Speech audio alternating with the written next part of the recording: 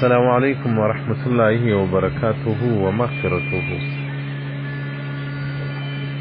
لرسول الله صلى الله عليه وآله وصحبه وسلم رواية وكل الذنوب يؤخر الله تعالى ما شاء منها إلى يوم القيامة.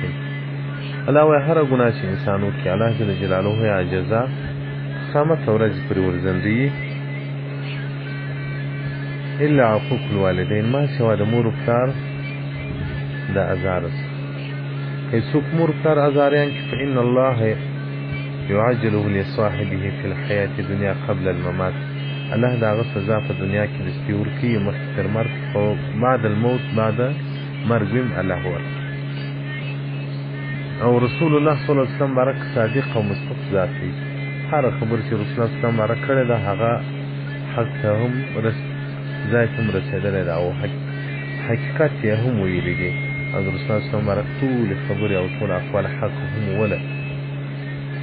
هر هغه چا چې د مور پلار ازار اخیستی وي هغه بیا د خپلو اولادو څخه د غومره په ضرر کېږي. د مور پلار ډېر عظیم حق دی پر اولاد باندې، نو د هغه څخه سوا باید سړی د خپل ژوند په خاطر باندې د مور پلار احترام وساتي.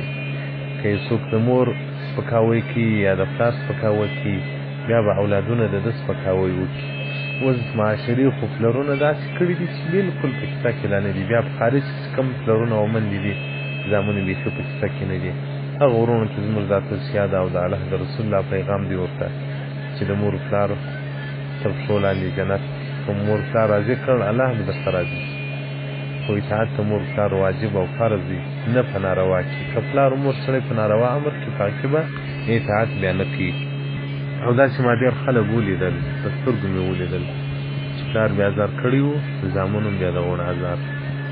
وخت یو کلیوال د روژه ماتې مو یو کال دوه مخکې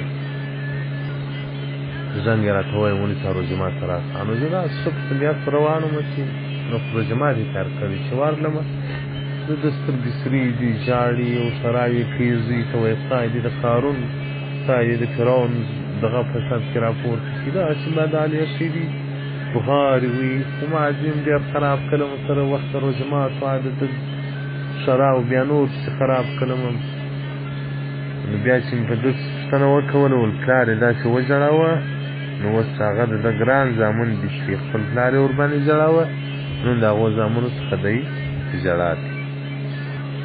څو شان د خپل ځان لپاره وکړي، د مور پلار خدمت وکړي، اطاعت یې وکړي، بیا به ستاسې اولادونه ستاسې اطاعت وکړي. او بل پر د اجرو باندې چې راسي پر د قبرو پر قبرستان باندې دعا یې ورته کوئ، بیا به ستاسو له مرګه بعد مسلمانان تاسو ته دعا کوي. خپله بده مرغ خلک د اجرې داسې نه بولي چې اوس داسې دغه شي لرګي پړسي په انسانان پړسي. اجر ورته راغله چې د مؤمن حق هم دا دی چې بس ورته ودرېږه، درې واره قل الله شریف ورته ووایه، ور ویې بخښه ثواب، ښه دعا وکړه د ځان او د دوی لپاره، الله به درته راضي شي. حديث رقم 4215 حديث رقم 4214 صفحة السماء فجر القدير شرح الجامع الصغير جلد نمبر 5. والسلام عليكم ورحمة الله وبركاته.